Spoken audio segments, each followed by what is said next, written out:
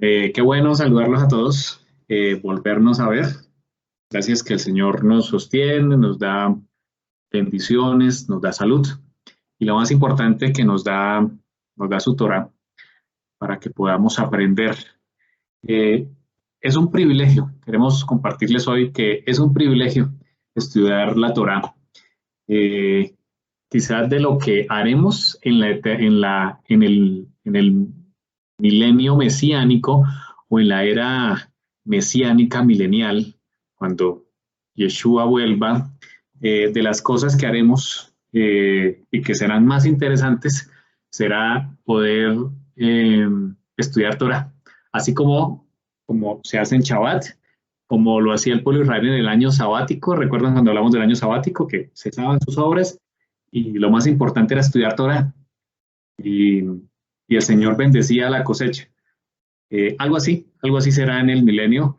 Nuestro mayor anhelo será estudiar Torah y aprender, pues por supuesto, de una manera mucho más profunda. Aquí apenas nosotros estamos excavando un poquitico de toda la profundidad que tiene la Torah. Bueno, les pongo esta imagen porque, como les mencionábamos en el chat, hoy es el día 17 del mes cuarto. Hoy es el día que habla Zacarías, como le escribía allí en el chat. Antes de hacer la oración, quiero que miremos este pasaje de Zacarías 8:19. Regálame un segundo, porque cuando aquí tocan, no alcanzo a ver y me toca devolverme. Listo.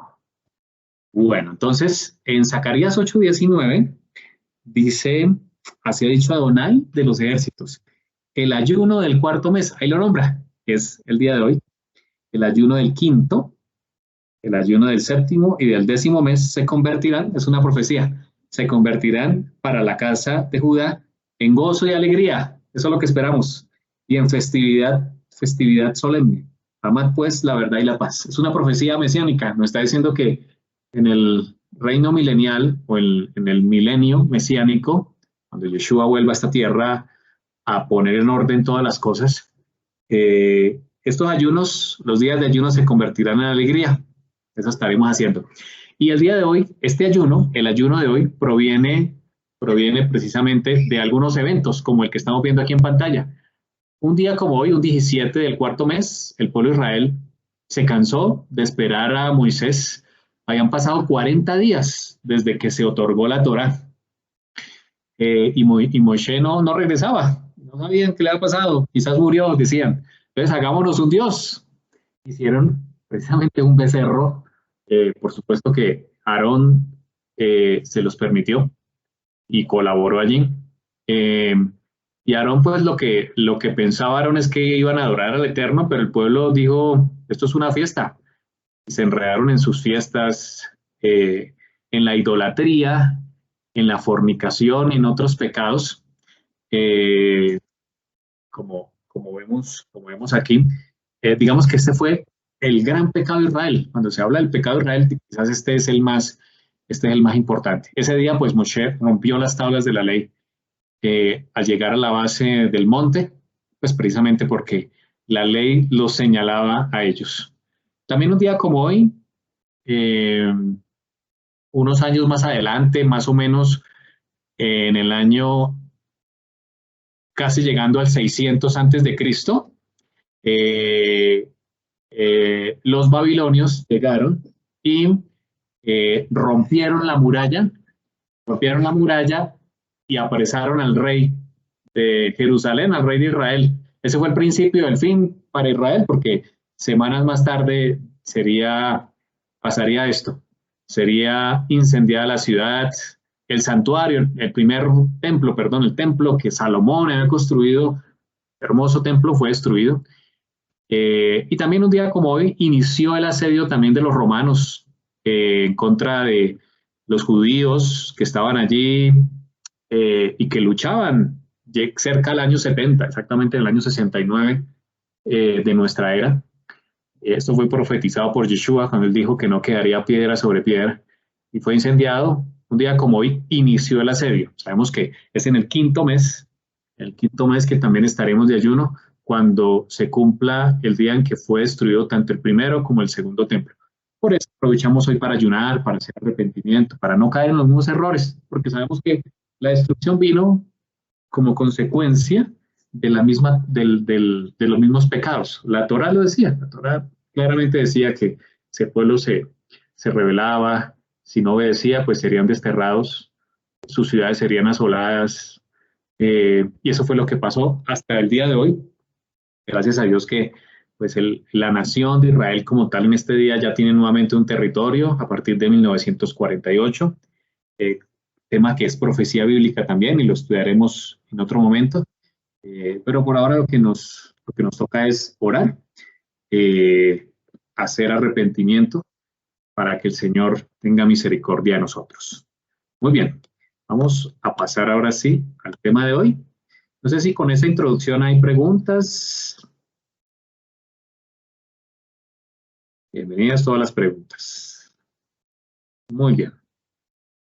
Muy bien. Vamos a orar para arrancar con esta porción de hoy, la porción Balak, en la cual vamos a estudiar una profecía muy chévere, la profecía de Balaam. Vamos a orar. Te damos gracias, nuestro Dios, porque eres maravilloso. Bendito eres, Señor, Dios nuestro, creador del universo, que nos ha dado tu Torah, una Torah llena de verdad. Nos aferramos a ella como árbol de vida, Señor. Pedimos que nosotros, nuestros hijos y los hijos de nuestros hijos, seamos conocedores de tu nombre y estudiosos de tu Torah. Gracias, Señor, porque la donas, has donado tu Torah a tu pueblo. La recibimos con alegría.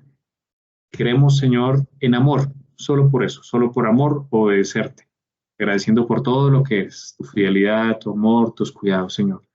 Ponemos en tus manos a quienes estamos aquí presentes, todos los estudiantes de Torah, a los enfermos también de tu pueblo. Oramos, Señor, por cada persona enferma, Señor. Líbranos, Señor, de este virus, líbranos de la plaga, pero también, Señor, que podamos aprender las lecciones que quieres darnos. Te alabamos, Señor, te decimos en este día. Pedimos tu espíritu. En el nombre de tu Hijo Yeshua. Amén. Muy bien. Muy bien. Entonces vamos a hablar acerca de esta profecía. Si tienen ahí sus Biblias, vayamos a las Biblias. O prendamos las Biblias o en Google. Cualquier versión es válida. A Números. Vamos a ir al libro de Números. Vamos a ir al capítulo 22. Ahí arranca precisamente este escenario bien interesante de que se va a centrar en dos personajes que no hacían parte del pueblo de Israel, uno llamado Balak. Balak es el rey de Moab en aquel momento. El rey de Moab había escuchado, y voy a adelantarme aquí un poquito para mostrarles en el mapa, he escuchado la fama de Israel. Israel había estado, como ya lo sabemos, en este primer mapa a la izquierda, había estado en toda esta parte sur de lo que hoy es Israel, había estado caminando el desierto por culpa de su incredulidad. Lo vimos, ¿cierto? Estuvieron caminando 40 años, un día por año, y ya se acercaban. Ya habían pasado por Edom no les dio permiso, les tocó dar la vuelta, y estaban acampando aquí, cerca de Jericó. Aquí está Jericó. Este que estamos viendo es el famoso Mar Muerto, que es una atracción turística hoy en día. La gente va allá a hacerse baños de sal, usted flota en el agua por la alta densidad de la misma. Justo al norte está la ciudad de Jericó.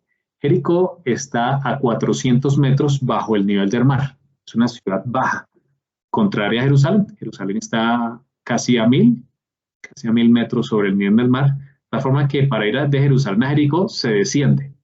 Y pues se llega aquí a la ribera. Este es el famoso río Jordán, que arranca por aquí desde el norte, por allá del monte Hermón, lo que hoy es el Líbano, baja aquí por el famoso mar de Galilea y sigue descendiendo y desemboca en el Mar Muerto.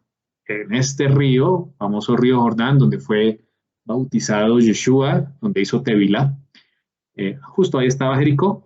Israel estaba en este sector oriental. Allí estaba acampando, con sus carpas, muy ordenadas, como siempre lo hacían, el santuario en la mitad, la nube que cubría, símbolo de la presencia de Adonai.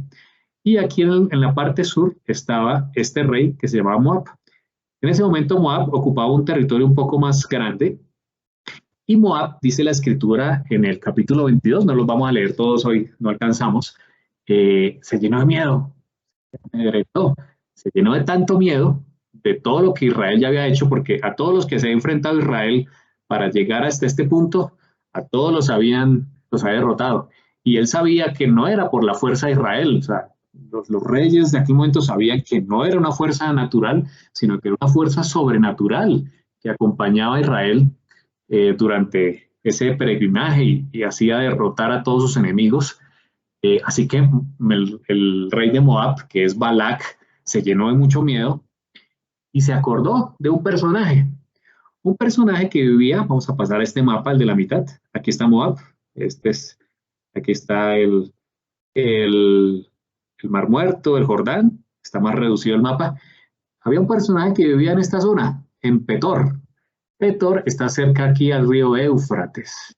Este famoso río Éufrates que se nombra ya en el Edén, cuando el Señor hace la creación del mundo, eh, que precisamente el Edén estaba, o uno de los ríos que lo cruzaban en el Éufrates, así que es probable que si este mapa lo extendemos, es posible que el Edén estuviera posiblemente ubicado en lo que hoy es Irak, porque Irak precisamente es bañado por el río Éufrates y otros ríos allí. Segundo, voy a dar aquí acceso con Carlos, Enrique, están aquí, que Kike ya está con nosotros, bienvenidos a todos los que están uniendo. Muy bien, entonces es muy probable que el Edén estuviera allá entre el río Éufrates, lo que hoy es Irak o lo que fue Babilonia, y este personaje que manda a llamar Balak vive ahí, en Petor, en esa zona, allá, muy lejos. Ahora, es bien extraño que él mande llamar de tan lejos un personaje, tiene que ser un personaje muy importante, muy conocido de la época, y así era. Su nombre es Bilam, en nuestras Biblias en español conocido como Balaam. Balaam tiene una cantidad de historias, no solamente en la Biblia, sino por fuera de la escritura. Eh, eh, es muy probable que el Balaam haya sido llamado por el Señor, porque Balaam lo conocía. De hecho, la escritura muestra que él lo consulta. Pero Balaam se convirtió en un profeta a sueldo, es decir, le gustaba mucho el oro, le gustaba mucho la platica y empezó a profetizar por dinero, cosa que con todo respeto debemos decirlo, hoy pasa en varias iglesias, a veces vemos por allí en nuestro planeta muchos pastores o profetas que se hacen llamar, profetizan por dinero, es más, muchos se vuelven ricos a causa del diezmo, cosa que nunca el diezmo ha sido, nunca fue su uso. El diezmo era para precisamente ayudar a los levitas y a los pobres. Ese era otro uso. Es más, ni siquiera los pobres deberían diezmar de acuerdo a la escritura, no están obligados. Bueno, eso es otro tema. El tema es que Balaam era un hombre muy conocido que vivía aquí en esta zona y él profetizaba. Resulta que Balak, que vivía aquí en Moab, había escuchado historias de que este hombre llamado Balaam había profetizado en alguna ocasión a ciertos reinos y a quien él bendecía era bendecido, es decir, había ganado la guerra, y a quien él maldecía había perdido la guerra. Así que era un hombre famoso, diríamos hoy era como un agorero, era un adivino, y era muy famoso en aquel momento. Así que Balak dijo, ese es el hombre que yo necesito. Balak, como ustedes ven aquí en la imagen, dijo, ese es el hombre que yo necesito para que vaya y me maldiga Israel, porque si Israel es maldito, se le va a acabar ese beneficio sobrenatural que tiene y lo va a poder vencer. Así que envió mensajeros, dice la escritura, con presentes, porque Balak sabía que a Bilam le gustaban los recursos, le gustaba el oro. Así que los envió con recursos. Balaam les dijo a los mensajeros, bueno, quédense en mi casa ya que han viajado tanto. Recuerden que viajaron desde aquí, desde Moab hasta Petor. Quédense en mi casa y yo voy a consultar al Señor. Esa noche Bilam oró al Señor y el Señor le contestó diciendo, que no debería ir. Y dice unas palabras tan preciosas. En ese momento, el Señor, cuando Bilam le pregunta si debe ir con esos hombres, el Señor le dice, yo no puedo maldecir a lo que ya he bendecido. Es decir, el pueblo era bendecido, a pesar de todos los errores que hemos visto durante el desierto, la cantidad de errores, de pecados que cometía el pueblo de Israel. Perdón un segundo, alguien más está entrando, Melvita, bienvenida. Me vuelvo aquí a la presentación. Muy bien. Entonces, Elvita, bienvenida. Bueno, entonces... Gracias, maestro. Bueno, bienvenida. Entonces, el Señor le dijo a Bilam, ¿cómo voy a maldecir a lo que ha sido bendito? Qué hermoso, ¿no? Qué hermosa respuesta del Señor. Así que pues Bilam se levantó esa mañana y les dijo a los mensajeros, pues no puedo ir con ustedes porque el Señor me dijo que no debo ir, que no es el plan de él. Así que los mensajeros se volvieron solos. Balac se enfadó y mandó más mensajeros, mandó una cantidad mayor de mensajeros con más dinero, con más plata. Y Balaam ya sabía que el Señor no quería que fuera, volvió esa noche y consultó al Eterno, y el Eterno le dijo, ¿estos hombres quieren que tú vayas con ellos? Dice el versículo 20 del capítulo 22, si vinieron para llamarte estos hombres, levántate y vete con ellos, pero harás lo que yo te digo. Es decir, no era voluntad del Señor. Regálame. Porque tengo el micrófono. Es decir, no era voluntad del Señor que estos hombres fueran, perdón, ya vuelvo a compartir, no era voluntad del Señor que Bilam fuera, pero pues le dijo que fuera y que pues hablara lo que él le dijera. Finalmente, vemos que Balaam arranca en su mula, que suele un personaje importante aquí. Los otros hombres se van también con él adelante. Bilam va con dos criados, él iba solo, él iba con dos criados y los otros hombres también, quizás iban adelante. Y en algún momento pasó algo interesante. La mula empezó a esquivar el camino. Primero empezó a andar por el campo y no por el camino real. Balaam la golpeó en cada ocasión, en esta primera. Luego la mula se hizo contra una pared porque vio a un ángel, precisamente el ángel de Adonai, dice la escritura, es decir, el mismo Yeshua, el mismo ángel de Adonai, y pues Balaam otra vez volvió a golpearla. Finalmente dice la escritura que había un camino muy estrecho y la mula no quiso avanzar, pues se sentó en el suelo, como vemos aquí en la imagen. Entonces Bilam volvió y la castigó. Y en ese momento sucedió algo increíble, algo que tiene mucho que ver con lo que va a pasar después. La mula habló y la mula le dijo, ¿por qué me golpeas? Ahora, si usted, su animal le hablara, pues quizás, pues lo primero sería el asombro, ¿cierto?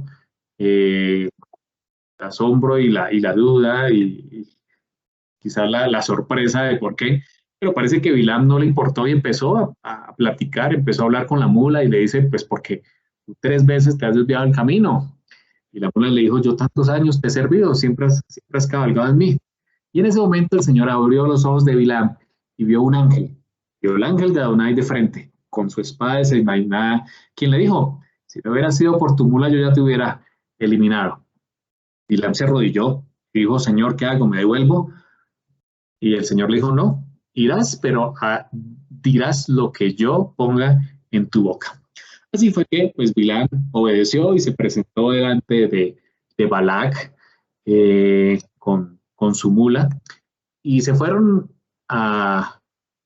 con Balac, estuvieron en 3 montes, ya se los voy a mostrar, donde en cada monte, por solicitud de Bilam, Balac ofreció 7 altares, muy similar a lo que Abraham, Isaac y Jacob habían ofrecido. Es como una copia. Y sobre cada altar ofrecieron un cordero y un carnero, de acuerdo a la escritura. Un becerro y un carnero. Un becerro y un carnero en cada uno de los altares. El objetivo era poder llamar la atención, no se sabe cuál Dios, y poder maldecir al pueblo. Ese era el objetivo que tenía Bilam en ese momento. ¿Cuáles montes estuvieron? Aquí, en este mapa que ustedes están viendo acá, este sector que estamos viendo es equivalente aquí al nororiente del Mar Muerto. Aquí estamos en el nororiente del Mar Muerto, es decir, por aquí debe estar el río Jordán. En ese sitio donde estaba acampando Israel, en esta llanura, habían varios montes. Estaba un monte que se llamaba Bamot Baal, es una de las posibles referencias. Aquí estaba. Aquí estaba también el Pisga, que fue otro de los montes donde ellos estuvieron tratando de maldecir al pueblo de Israel. De hecho, aquí está el Nebo. El monte Nebo es donde Moshe sube, donde dice el Señor sube al Pisga. Parece que en esta cadena montañosa estuvo Moshe para ver la tierra prometida, es decir, hacia el occidente pudo ver la tierra prometida, no pudo pasar y ahí muere Moshe. Y también por aquí está el monte Peor en ese sentido. Así que en cada una de estas montañas llevó Balac a Balaam rodeando a Israel de tal forma que Balaam pudiera maldecir a Israel. Pero en cada ocasión, primero en Bamot, luego en el Pisga y luego en Peor, en cada una de las montañas solo salieron bendiciones de parte de Balaam. Hoy vamos a analizar una de esas bendiciones debido al tiempo. Vamos a irnos al capítulo 24. En ese capítulo 24 está Bilam, dice la escritura, cuando vio Bilam, parecía bien a Adonai que él bendijera a Israel. No fue como la primera y la segunda vez en busca de un agüero. ¿Qué quiere decir? En las primeras dos ocasiones, Bilam se apartaba de Balac hacia un monte cercano y venía palabra del Señor sobre él. Y esa misma palabra pues se la transmitía a Balac y eran bendiciones. En esta ocasión, Balaam dijo, esta vez no me va a pasar lo mismo. Dice la escritura que puso su rostro hacia el desierto, donde estaba precisamente Israel. Y alzando sus ojos, vio a Israel alojado por sus tribus. Allá en la llanura los vio. Dice la escritura, los vio por sus tribus. Y el espíritu de Adonai vino sobre él. Vamos a ver qué pasó. Empezó Bilam a profetizar allí lo siguiente. Ahora, pensemos a través de esta profecía que vamos a tratar hoy, pensemos que quien dijo esta profecía era un profeta a sueldo. Era un profeta, era un agorero, era un adivino, no era un profeta del Señor, no buscaba la paz. Incluso quien le estaba pagando era un enemigo de Israel. Así que esta profecía no es dada por un profeta del Señor, ni por Moshe, que es el que escribe. Es una profecía de un profeta falso, podemos decir, es un profeta falso el que está hablando aquí. Pero así como el Señor abrió la boca de la mula de él, para que pudiese hablar, también el Señor puso palabras de bendición, pero no solamente de bendición, sino dijo unas profecías impresionantes, profecías que se cumplieron años después, muchos años después. Incluso hay unas profecías que llegan hasta nuestros días, de lo que vamos a leer aquí. Así que el Señor usa a quien quiere. El Señor, a pesar de los errores y de la maldad, Él cumple sus propósitos. Es lo que vemos aquí. Lo vemos, por ejemplo, en el caso de Jonás. Jonás decide no obedecer al Señor, de ir a Nínive, sino se fue al otro extremo hacia España, y allá le colocó una ballena, ¿cierto? Una tormenta y luego una ballena, y la ballena lo vomita en la playa para que él vaya y cumpla su propósito. A pesar de nuestros errores, y lo vimos, por ejemplo, en Samson, la historia de Shimshon, ¿recuerdan? A pesar de todos los errores de Samson, el Señor cumplió el propósito por el cual ha traído. Por supuesto, cuando obedecemos al Señor, hay bendiciones y se ve, ¿cierto? Se ven los resultados y los objetivos que el Señor busca con la raza humana y con cada persona. Y eso es lo que vamos a ver a través de Bilam. A pesar de que era un profeta a sueldo, de que él estaba buscando decir una maldición porque él anhelaba el dinero, el Señor puso las siguientes palabras. Y lo primero que dijo Bilam está en el versículo 3, dice, tomó su parábola y dijo, Dijo Balaam, hijo de Beor, dijo el varón de ojos abiertos, dijo el que oyó los dichos de Dios, el que vio la visión del Omnipotente. Fíjate las palabras que usa, caído. Claro, él sabía quién era, ¿no? Caído, pero abierto los ojos. Y lo primero que dice, cuán hermosas son tus tiendas, cuán hermosas son tus habitaciones, oh Jacob. Cuán hermosas son tus tiendas, oh Jacob, tus habitaciones, oh Israel.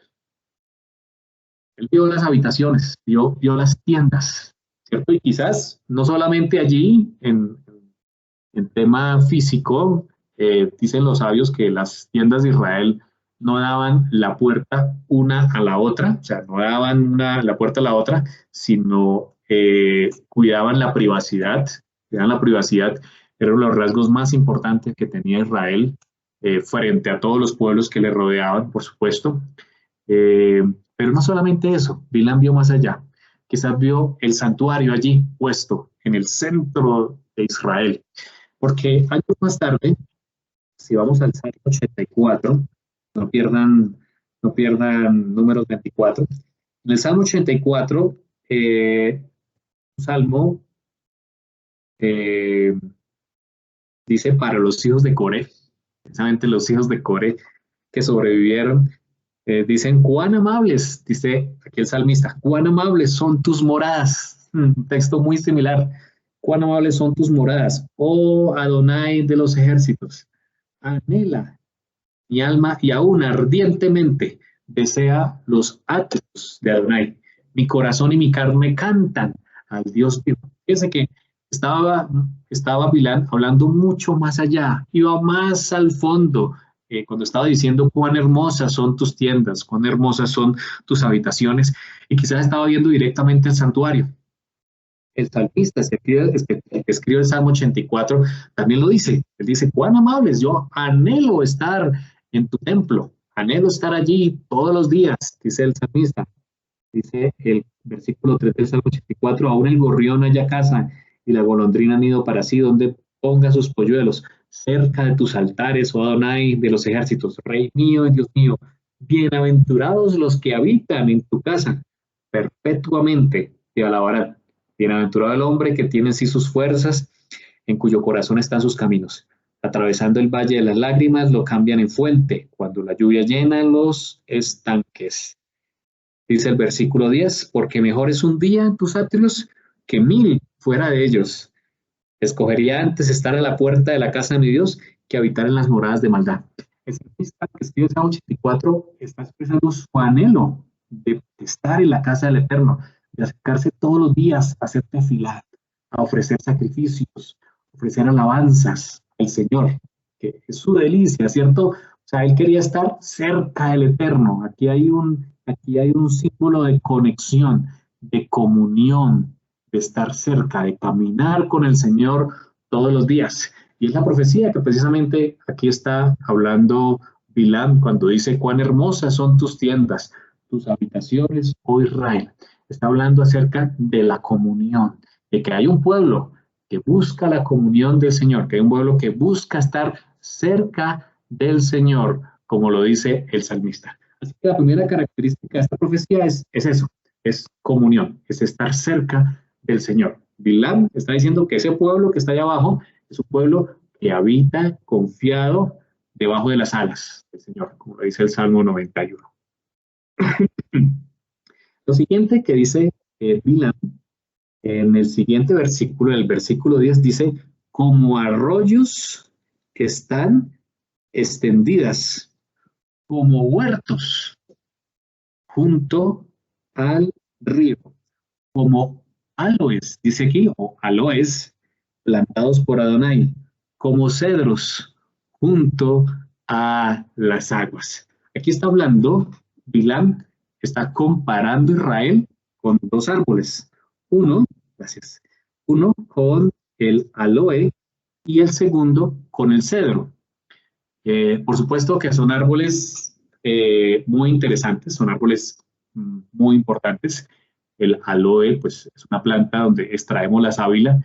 Creo que todos conocemos todos los beneficios medicinales curativos, depurativos, sanadores que tiene el aloe. Y así compara Bilam el pueblo. Son como aloes, dice el versículo 6, plantados por Adonai. El mismo Adonai los plantó, Él es el que los pone. Y esto nos lleva a recordar que Yeshua en Juan 15 dice que yo soy la vid, vosotros los pámpanos, y mi Padre es el labrador. Así que el que los labra, el que los planta, es Adonai. Qué hermoso es que podamos estar plantados en el Señor, plantados en su casa, es decir, nosotros buscándole cada día, y a eso se refiere el Salmo 84 que acabamos de leer, cada día buscando al Señor, estar plantados en su casa. Ahora, aparte de los aloes, también están los cedros. Los cedros es un árbol muy conocido en este territorio. Es un árbol que se siembra bastante aquí, en este sector. Ya les muestro aquí con el puntero. Aquí, en este sector, lo que hoy es el Líbano, en ese sector, de hecho, Salomón hizo traer una gran cantidad de madera desde el Líbano para construir el templo. La mayor cantidad de madera que tenía el templo de Salomón era en cedro, porque el cedro es un árbol fuerte, es un árbol, es una madera que perdura, que permanece. Quizás por eso el Señor le está diciendo aquí a su pueblo que son como cedros, es decir, que si permanecen en él, son árboles plantados. ¿Junto a qué? Junto a corrientes de agua. Son cedros, son fuertes, están allí para permanecer en él. Precisamente el Salmo 1 nos habla acerca de esa característica. Dice el salmista, dice, bienaventurado el varón que no anduvo en consejo de malos. Es decir, que el pueblo de Israel no debía andar en consejo de malos, ni estuvo en camino de pecadores, ni en silla de escarnecedores se ha sentado. Es decir, que no anda hablando ni haciendo el mal. Aquí está la profecía de Bilam. A pesar de los errores del pueblo de Israel, el Señor los veía como su pueblo santo. Qué precioso, ¿no? Y dice el versículo 3 del Salmo 1, será como árbol plantado junto a corrientes de agua. Fíjense que es muy similar a la profecía de Bilam, como árboles plantados junto a corrientes de agua que da su fruto a su tiempo. Esa es la característica, el fruto que habla Pablo, amor, gozo, paz, paciencia, benignidad, bondad, mansedumbre, templanza. Y su hoja no cae. Y todo lo que hace, todo lo que prende, prosperará. Qué precioso, ¿no? Pero la clave está en el versículo 2 del Salmo 1 cuando dice que en la ley de Adonai está su delicia. Es decir, que ese pueblo que habita confiado tiene la ley de Adonai por su delicia. Es decir, la Torá es su delicia. Y en esa Torá medita de día y de noche. Y por eso es que el salmista dice, es como un árbol plantado junto a corrientes de agua. Entonces vemos aquí la segunda característica que Bilam está hablando acerca de este pueblo que habita confiado, que está en comunión. La segunda característica es que caminan en la Torá, que su delicia es la Torá, que se ocupan de buscar la Torá, la instrucción y obedecer. Pues por eso Bilam aquí está hablando de que este pueblo es como el árbol plantado, dice el versículo 6 del Números 24, como aloes plantados por Adonai, como cedros junto a las aguas. Fíjense que el mismo símbolo del Salmo 1. El Señor nos está hablando directamente al pueblo. ¿Cuál es el pueblo que Él desea? ¿Cómo nos ve Él? Qué precioso, ¿no? El Señor nos ve como lo que podemos llegar a ser. Un pueblo que habita confiado en comunión, pero que también estudia su Torah, que camina en su Torah, que su Torah es su delicia, ¿sí? Que obedecen por amor. Qué precioso. Vamos al versículo 7 de 24. ¿Qué más dice Bilam en esta parábola? Dice el versículo 7 que de sus manos destilarán aguas y su descendencia será en muchas aguas. Ese texto de destilarán aguas viene de algo que Yeshua mismo mencionó muchos años más tarde de que Bilam nombrara esta profecía. Así que nos vamos a adelantar aquí bastantes años, por lo menos unos 1000 años. Vamos a adelantarnos aquí. En Juan capítulo 7 y el versículo 37, Yeshua estaba en la fiesta de los tabernáculos. Y en el último gran día de la fiesta de los tabernáculos, el día octavo, dice la escritura que Yeshua se puso en pie y alzó la voz diciendo, si alguno tiene sed, venga a mí y beba. Fíjense lo que ocurre después. El que cree en mí, dice Yeshua, el que cree en mí, de su interior, como dice la escritura, correrán ríos de agua viva. Así que fíjense que la profecía de Bilam del versículo 7 de Números 24 está hablando de una profecía mesiánica, de que el agua que va a destilar de las manos del pueblo es precisamente el pueblo que va a aceptar al Mesías. Perdón, que quien está intentando ingresar, ya lo dejamos ingresar allí.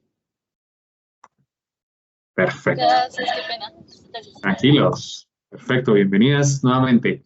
Entonces, fíjense que esta profecía, la profecía del Números 24:7 es una profecía mesiánica. Cuando dice que ese pueblo destila agua, es lo que Yeshua está diciendo, el que cree en mí, de su interior correrán ríos de agua viva. Es una profecía mesiánica. Ahora, ¿qué significa esa agua? Está en el versículo siguiente, en el versículo 39 de Juan 7. Esto dijo del Espíritu que habían de recibir los que creyesen en él. Es decir, Bilam, desde hace más de 3000 años, estaba profetizando acerca del Espíritu de Adonai. De los que creyeran en el Mesías, el Espíritu vendría sobre ellos, como el agua que corre, ¿cierto? El agua que destila.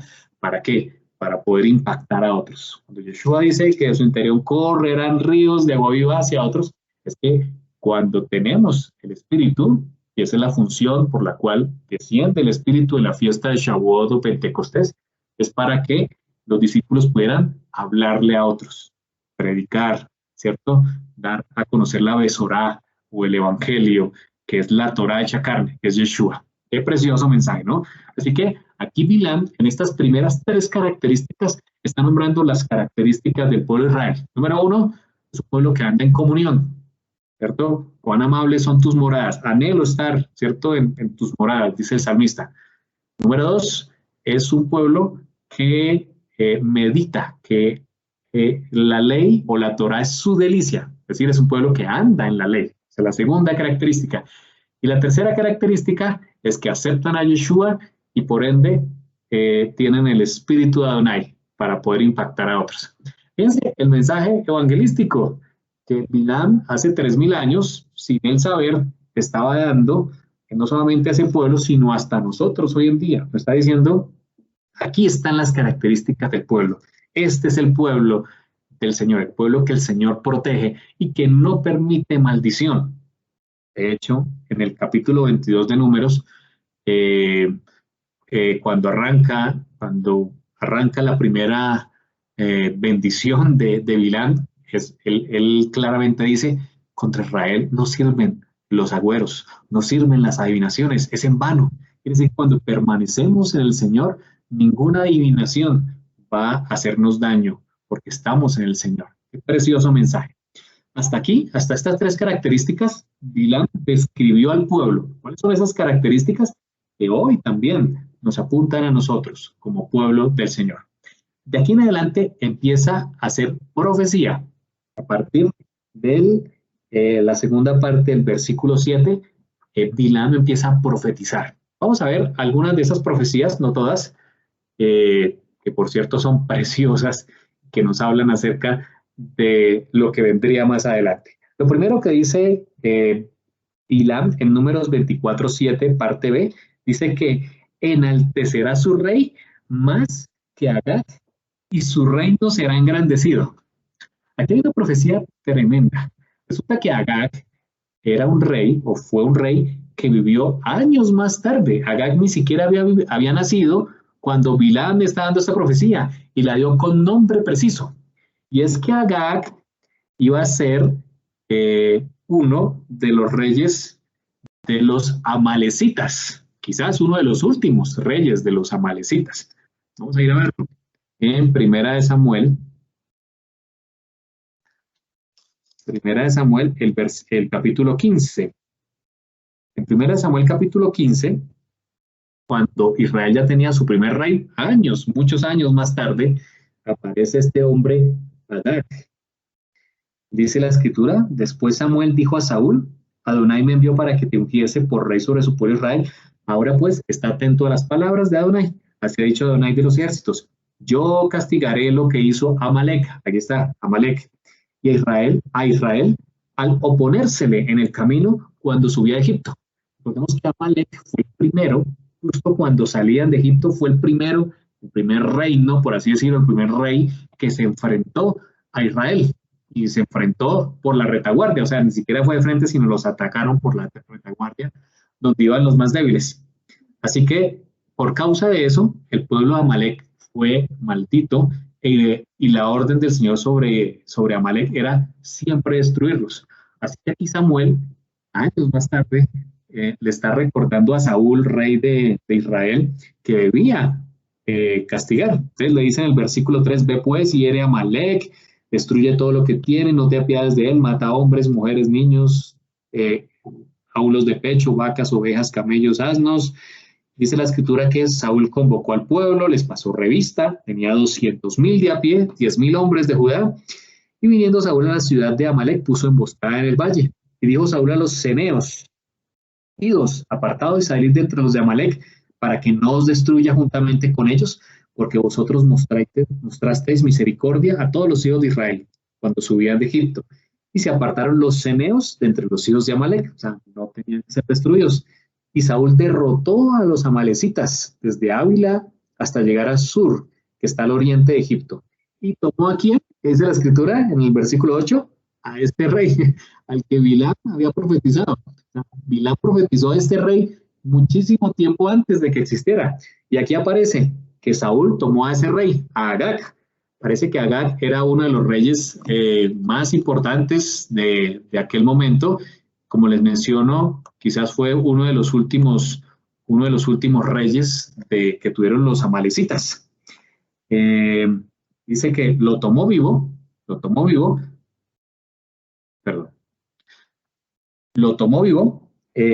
dice que a todo el pueblo lo mató a filo de espada. Y Saúl y el pueblo perdonaron también a Agag y a lo mejor de las ovejas, del ganado, los animales, los carneros. Bueno, ahí se trajo un botín cuando no era la orden era destruirlo todo. Y por lo tanto, dice Adonai en el versículo 11 a Samuel, me pesa haber puesto por rey a Saúl, porque Saúl se ha vuelto en pos de mí y no ha cumplido mis palabras. Y se apresuró Samuel y clamó a Adonai toda aquella noche. Y madrugó luego Samuel para ir a encontrar a Saúl por la mañana, y fue dado aviso a Samuel diciendo, Saúl ha venido al Carmel. Y aquí se levantó un momento y dio la vuelta y pasó adelante y vino a Gilgal. Vino pues Samuel a Saúl, y Saúl le dijo, bendito seas tú, Adonai, tú de Adonai, yo he cumplido la palabra de Adonai. Y Samuel entonces dijo, pues, qué valido ovejas y bramido vacas es que yo oigo con mis oídos. Saúl le dijo, de Amalek los he traído, porque el pueblo perdonó lo mejor de las ovejas y las vacas para sacrificarlas para Adonai tu Dios, pero lo demás lo destruimos. Entonces dijo Samuel a Saúl, déjame declararte lo que Adonai me ha dicho esta noche. Aunque eras pequeño en sus ojos, no has sido hecho jefe de las tribus de Israel, y Adonai te ha ungido por rey de Israel. Y Adonai te envió en misión y dijo, ve y destruye a los pecadores de Amalek y hazles guerra hasta que los acabes. Esa era la orden. ¿Por qué pues no has oído la voz de Adonai, sino que has vuelto al botín, has hecho lo malo ante los ojos de Adonai? Finalmente dice Samuel en el versículo 22, se complace Adonai tanto en holocaustos y víctimas como en que se obedezca las palabras de Adonai. Y Samuel le dio una lección muy importante a Saúl, diciéndole que lo más importante era la obediencia más que los sacrificios. Por supuesto que aquí Saúl se equivocó, la orden era destruir todo Amalek, él perdonó al rey y a lo mejor de las ovejas. Finalmente Agag, ese rey poderoso, muere en manos de Samuel. El versículo 32 dice que Samuel pidió traer a Agag y él mismo lo mató y dice la escritura que lo cortó en pedazos a Agag. Así que aquí se cumplió la profecía, años más tarde, muchos años más tarde, de que Bilam profetizara: Agag, rey de Amalek, fue muerto y prácticamente los amalecitas desaparecen. Ezequías, en la historia de Ezequías se menciona que él terminó de acabar con los que habían, pero los amalecitas fueron desterrados, o sea, fueron acabados totalmente. Pero fíjense que la profecía que aquí tiene Bilam no termina allí. Él dice: enaltecerá su rey. ¿Quién es ese rey? Más que Agag. No es Saúl, y es mucho más que David. Es alguien más que David. Dice: su reino será engrandecido. Vamos a Daniel, capítulo 7. Allí encontramos precisamente que el cumplimiento de la profecía mesiánica.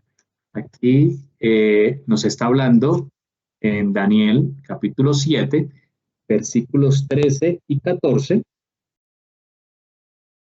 En esta profecía dice Daniel: miraba yo en la visión de la noche, y aquí con las nubes del cielo venía uno como hijo de hombre, que vino hasta el anciano de días y le hicieron acercarse delante de él. Dice el versículo 14, y le fue dado ¿qué? Dominio, gloria y reino, para que todos los pueblos, naciones y lenguas le sirvieran. Su dominio será eterno. Y dice que nunca pasará, y su reino uno que no será destruido. Así como en estas profecías de Daniel aparece siempre el reino del Señor y su ungido, y dice que su reino será fuerte. Esa profecía no se ha terminado de cumplir. Yeshua ya vino una vez, ¿cierto?, a acabar, ¿cierto?, y a darnos libertad y salvación, pero volverá para poner a sus enemigos debajo de sus pies y para establecer su reino aquí en la tierra, como lo mencionan todos los profetas del Antiguo Testamento y por supuesto también del Nuevo Testamento, un reino que será engrandecido. Así que Bilam, fíjense, Bilam aquí en la profecía de Números 24 está hablando incluso de algo que no ha sucedido en nuestros días, que es el reino engrandecido del Mesías, del rey que saldría de Jacob. Fíjense cómo sigue diciendo en el versículo 8 acerca de este rey que saldría de Israel, que por supuesto que es Yeshua. Dice la escritura: devorará a las naciones enemigas, desmenuzará sus huesos. Esto tuvo un cumplimiento inicial, un cumplimiento muy inicial y muy leve en Yehoshua o Josué, quien fue el conquistador de toda esa tierra, porque sabemos que Moshe no pudo pasar, pues su sucesor, Yehoshua, quien conquistó la tierra. Hay un símil muy parecido en lo que Yehoshua hizo allí y en lo que Yeshua vendrá a hacer cuando venga a la tierra. Dice la escritura que este cumplimiento profético, cuando devorará a las naciones enemigas y desmenuzará sus huesos, aquí está hablando de un rey, como vimos en el versículo 7. Ahora, hay un capítulo que ya hemos leído en anteriores ocasiones que nos habla de ese cumplimiento del Mesías. Hay varios textos en el Antiguo Testamento que nos hablan acerca de... Perdón, un segundo, que alguien estaba aquí intentando ingresar. Natalia. Perfecto. Bienvenida, Natalia. Ya me devuelvo aquí. Dice Zacarías, capítulo 14, hablando del día en que vuelva el Señor. Dice: aquí viene el día y en medio de ti serán repartidos tus despojos. Versículo 3. Saldrá Adonai y peleará. Eso es lo que viene a hacer el Señor Yeshua en nombre de Adonai. Peleará con aquellas naciones como peleó en el día de la batalla.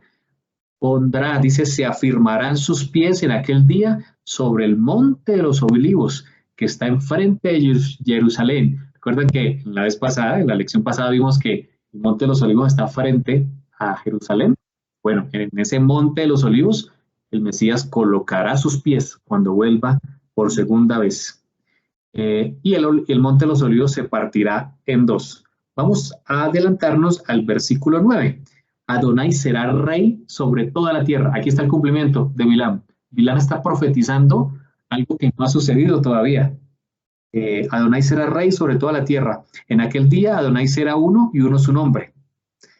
Versículo 11, y morarán en ella y no habrá nunca más maldición, sino que Jerusalén será habitada confiadamente. Aquí vemos claramente en este capítulo 14 de Zacarías, en los versículos que leímos, claramente el cumplimiento de la profecía de Bilam de Números 24, donde Yeshua, cuando venga, devorará a las naciones enemigas y desmenuzará los huesos que estén en contra de Israel. Qué impresionante esta profecía. Dice que aquí Bilam sigue profetizando. Versículo 9. Él dice una profecía que ya antes se había escuchado, precisamente que le fue a Abraham. Él dice, benditos los que te bendijeren y malditos los que te maldijeren. Claramente aquí Bilam está siendo conducido por el Señor.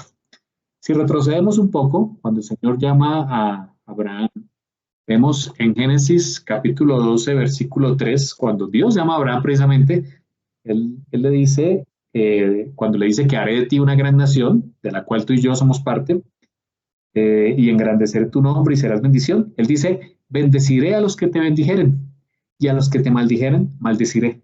Y serán benditas en ti todas las familias de la tierra, refiriéndose precisamente a Yeshua. Y más adelante, en Génesis 49, versículo 9, también allí habla, cachorro el león Judá, de la presa subiste, hijo mío, se encorvó, se echó como león, así como león viejo, ¿quién lo despertará? Haciendo precisamente esa referencia a la profecía de Bilam en el versículo 9, cuando él habla que se encorvará para echarse como león. Aquí está hablando precisamente de Israel, de ese cumplimiento. Fíjense lo delicado que es maldecir o bendecir al pueblo que el Señor ha escogido. Debemos cuidar nuestra boca de la bendición o la maldición que podamos proferir. O sobre los hijos, así es, gracias aquí a mi esposa.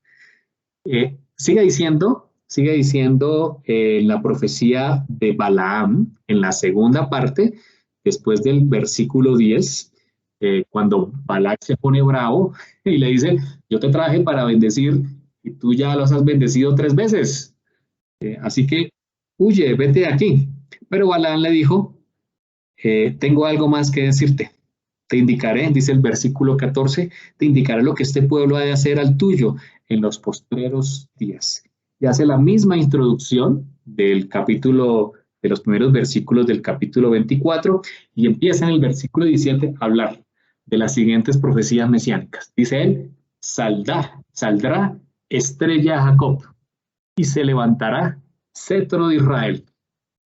Claramente, aquí está hablando del Mesías.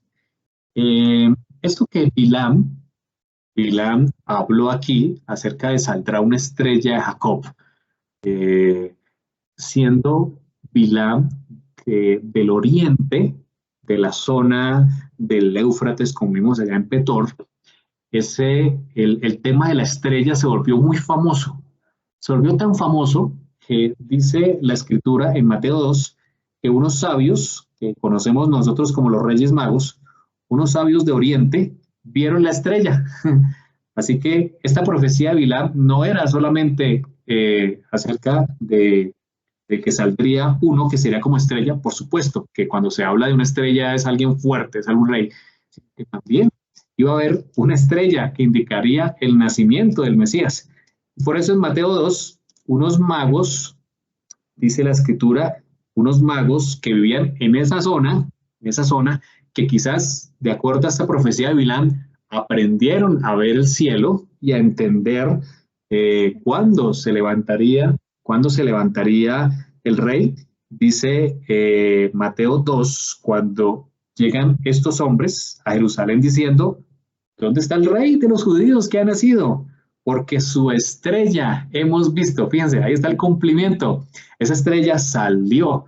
Esa profecía de Bilam, 1000 años antes, se cumplió aquí, en Mateo 2, cuando estos hombres llegan porque habían aprendido a ver las estrellas, y dice, hemos visto la estrella y hemos venido a adorar al Rey, al Mesías, porque sabían que esta profecía de Bilam se había cumplido. Es impresionante el cumplimiento de la profecía de Bilam en esa estrella que iba a salir. No solamente Yeshua, que es llamado esa estrella Jacob, sino también que precisamente una estrella marcó el nacimiento de él.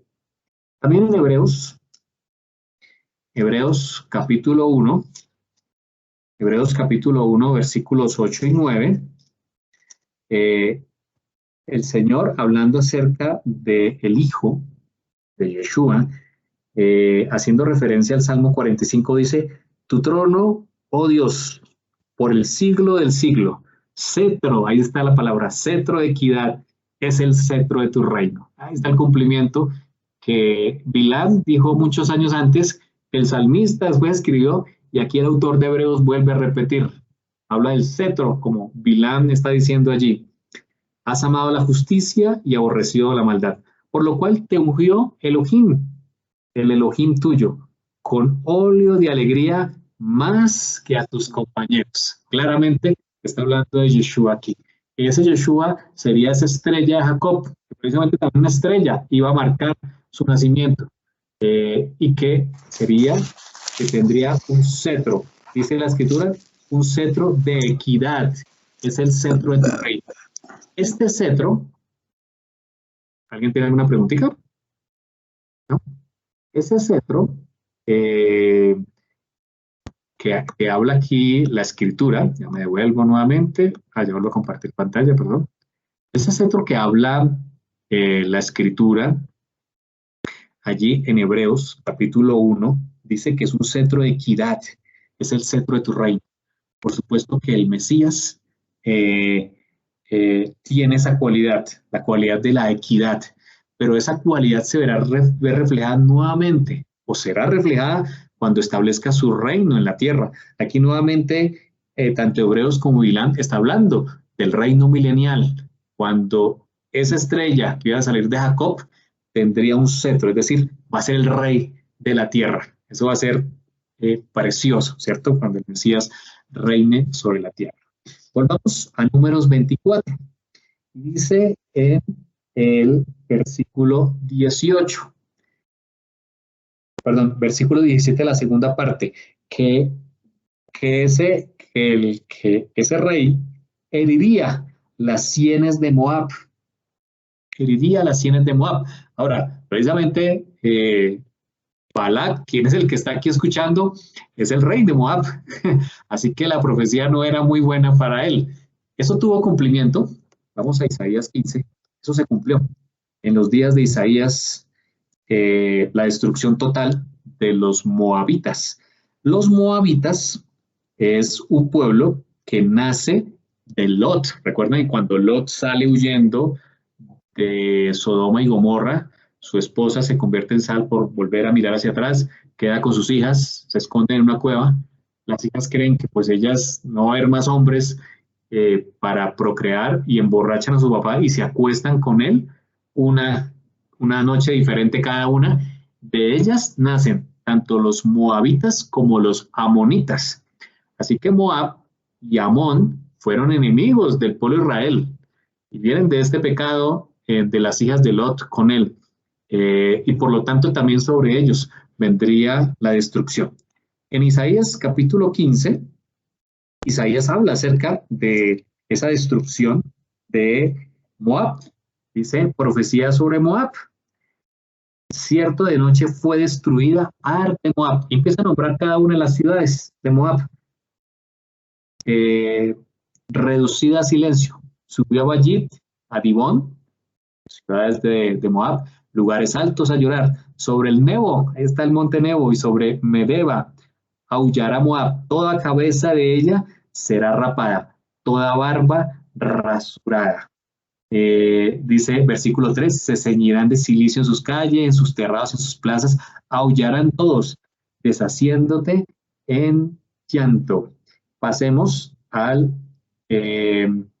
Versículo 9, y las aguas de Dimón se llenarán de sangre, porque yo traeré sobre Dimón, que es una ciudad de Moab, males mayores, leones a los que escapen de Moab y a los sobrevivientes de la tierra. Si nos vamos al capítulo 16, los últimos versículos, 13 y 14 de Isaías, dice, esta es la palabra que pronunció Adonai sobre Moab desde aquel tiempo. Pero ahora Adonai ha hablado diciendo, dentro de 3 años, como los años de un jornalero, es decir, un jornalero cuenta los años, ¿no? Para el pago. Será abatida la gloria de Moab con toda su gran multitud, y los sobrevivientes serán pocos, pequeños y débiles. O sea, 3 años después de esta profecía de Isaías, esto más o menos fue en el tiempo de Asiria. Asiria, que viene aquí desde este sector desde este sector occidental, viene a Siria y derrota a Moab, lo elimina. Profecía que fue dada por Bilam muchos años antes de que estuviera puesto. Y así fue, Moab fue herido en sus sienes, eliminado de la tierra, y así fue. Pero no solamente, Bilam profetizó sobre Moab, sino también profetizó sobre Edom. Dice el versículo 18, será tomada Edom, será tomada Seir. Seir es uno de los montes donde está Edom. Digamos que cuando se habla de Seir es también hablar de los edomitas. Será tomada Seir por sus sienes. También dice la escritura que será tomada de sus sienes. Hagamos un poquito de historia. Edom viene de Esaú, el hermano de Jacob. Recuerden que estaban en el vientre, fueron concebidos al tiempo. Jacob y Esaú contendían en el vientre.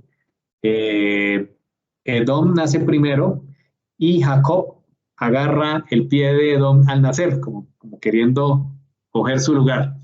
Conocemos la historia que Edom vende su primogenitura a Jacob, que Jacob después se convierte en Israel, así que Edom es el hermano de Israel, el hermano del pueblo de Israel. Edom habitó en la parte sur, aquí la tenemos, en la parte sur, generalmente estuvo en esta zona, fueron reducidos específicamente por Judas Macabeo. Judas Macabeo, la época de los macabeos, de la época helenística, por allá en el 100 y en el 200 antes de Cristo, Judas Macabeo casi destruyó a todos los edomitas, pero quedaron algunos que incluso dice la historia que estuvieron presentes en la destrucción del templo de Jerusalén en el año 70 y lucharon con algunos de los judíos, pero ya estaban reducidos.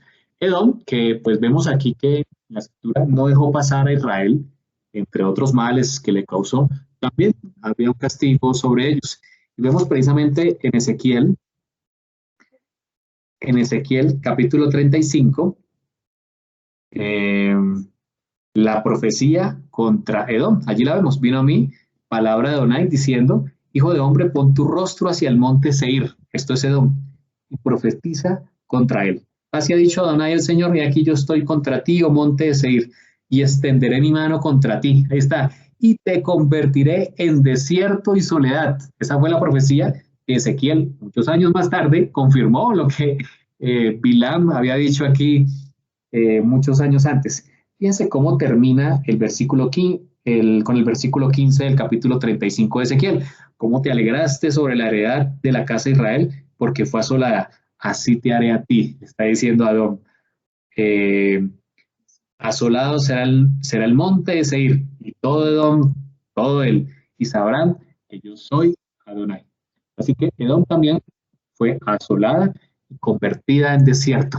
Todo en la boca que colocó, en las palabras que el Eterno colocó en Bilam muchos años antes. Allí no termina, allí no termina. Dice el versículo 20, viendo a Amalek, ya lo vimos, ¿no? Era el rey Agag, su rey principal. Dice Amalek, cabeza de naciones, al fin perecerá para siempre. Y así lo vimos, ¿no? Perecieron para siempre. Saúl los derrotó casi por completo. David casi los extermina y los últimos que quedan, el rey Ezequías, también los elimina. Incluso nos nombra aquí en el versículo 24.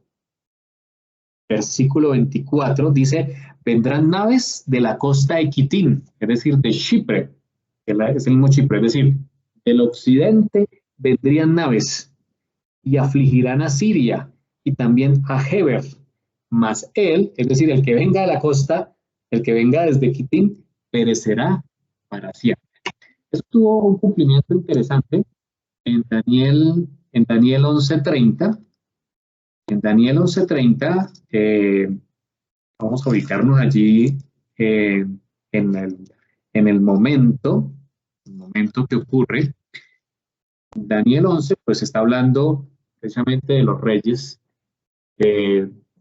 desde Babilonia, pasando por Medo-Persia y Grecia. En este versículo 30 de Daniel 11 está hablando de Grecia, de ese dominador que había aquí en ese momento. Dice que vendrían contra él naves de Quitín, es decir, naves del occidente. Y es que precisamente Roma empezó a atacar a Siria, luego atacó a los griegos hasta que se convirtió en la potencia de esa región, incluso dominó lo que era Israel. Vemos que cuando Yeshua está en la tierra, pues el que domina es Roma, y precisamente aquí, en Daniel 11:30, claramente se está refiriendo a Roma. Así que Amalek también profetizó acerca de Roma, que Roma también vendría y atacaría, pero también hay una profecía sobre Roma cuando dice que él también perecerá para siempre. Fíjense, esta profecía que Bilam hace, solo hoy analizamos una de ellas, que Bilam hace sobre el pueblo de Israel. Balak lo contrata a sueldo para que maldiga al pueblo de Israel y poderlo derrotar. Y Bilam, entre esas tres bendiciones que son tan profundas, hoy solo nos dedicamos a una de ellas, nos habla primero de las características del pueblo. Ahí lo vimos, un pueblo que habita confiado, como son hermosas las tiendas, habita confiado todos los días buscando los atrios celestiales, en nuestro caso. Segundo, que está apegado a la Torá, que se aferra a la Torá como el árbol que está plantado junto a corrientes de agua, allí lo vemos. Y tercero, que de sus manos destilan aguas. Yeshua lo dijo, el que cree en mí, en su interior correrán ríos de agua viva. Esto dijo el Espíritu que habían de recibir. Bilam describió las características del pueblo de Israel. Pero no solamente eso, profetizó sobre qué pasaría sobre aquellos pueblos, no solamente en el tiempo de Josué, sino mucho más adelante, en la época de Babilonia, de Asiria. Allí lo vimos claramente reflejado en el fin de todos estos imperios, pero también nos habla de ese rey, Mesías, que reinará sobre toda la tierra, que su centro será la equidad, pero que también desmenuzará a todos sus enemigos. El Señor utilizó a este instrumento para traernos a nosotros palabra de bendición. Dice la Escritura en el versículo, ya les digo, en el versículo 12 del capítulo 22, Dios le dijo a Bilam, no vayas con ellos, le dijo, no vayas con ellos, él se lo advirtió, ni maldigas al pueblo, porque es bendito. Así que lo que es bendito no se puede maldecir. Y si tú y yo permanecemos en el Señor, como mi esposa me lo recordó hoy en el Salmo 91, el que habita al abrigo del Altísimo morará bajo la sombra del Shaddai. Cuando habitamos en el Señor, dice la Escritura, y como lo dijo el mismo Bilam, no hay agüero, no hay adivinación, no hay maldición que pueda dañarnos. El mal no vendrá de afuera, claramente, que estamos protegidos del Señor. Por supuesto que el mal está en nosotros. Y eso lo vemos reflejado en lo que ocurrió con el pueblo de Israel en el capítulo 25, cuando Israel empezó a fornicar, dice el capítulo 25 de Números, ese pueblo cuyo rey era Balac, pues no pudo maldecirlos, es decir, las armas forjadas contra nosotros no prevalecen, eso está en la Escritura, pero sí hay un enemigo, y el enemigo somos nosotros mismos. Y el pueblo de Israel empezó a fornicar con las hijas de Moab que lo invitaban a los sacrificios de sus ídolos. Y eso fue precisamente idea del mismo Balaam. Se dio cuenta que había otra forma de hacer caer al pueblo de Israel. Dice Números 31:16. He aquí por consejo de Balaam, ellas, o sea, estas mujeres, fueron causa de que los hijos de Israel prevaricasen contra Adonai en lo tocante a Baal peor, por lo que hubo mortandad en la congregación de Adonai. El enemigo está dentro. El Señor nos protege de los enemigos externos que tenemos. Claramente, esta porción nos muestra eso. Pero el enemigo está interno. Así que nosotros debemos colocar toda nuestra vida, toda nuestra confianza en las manos del Señor. Esa tendencia al mal que sea depositada en las manos del Señor, nuestra vida, nuestro ser, para que podamos vivir en santidad. Enriquito, ¿tenías una pregunta?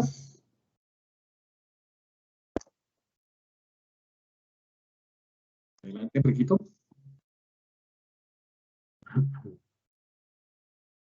¿No?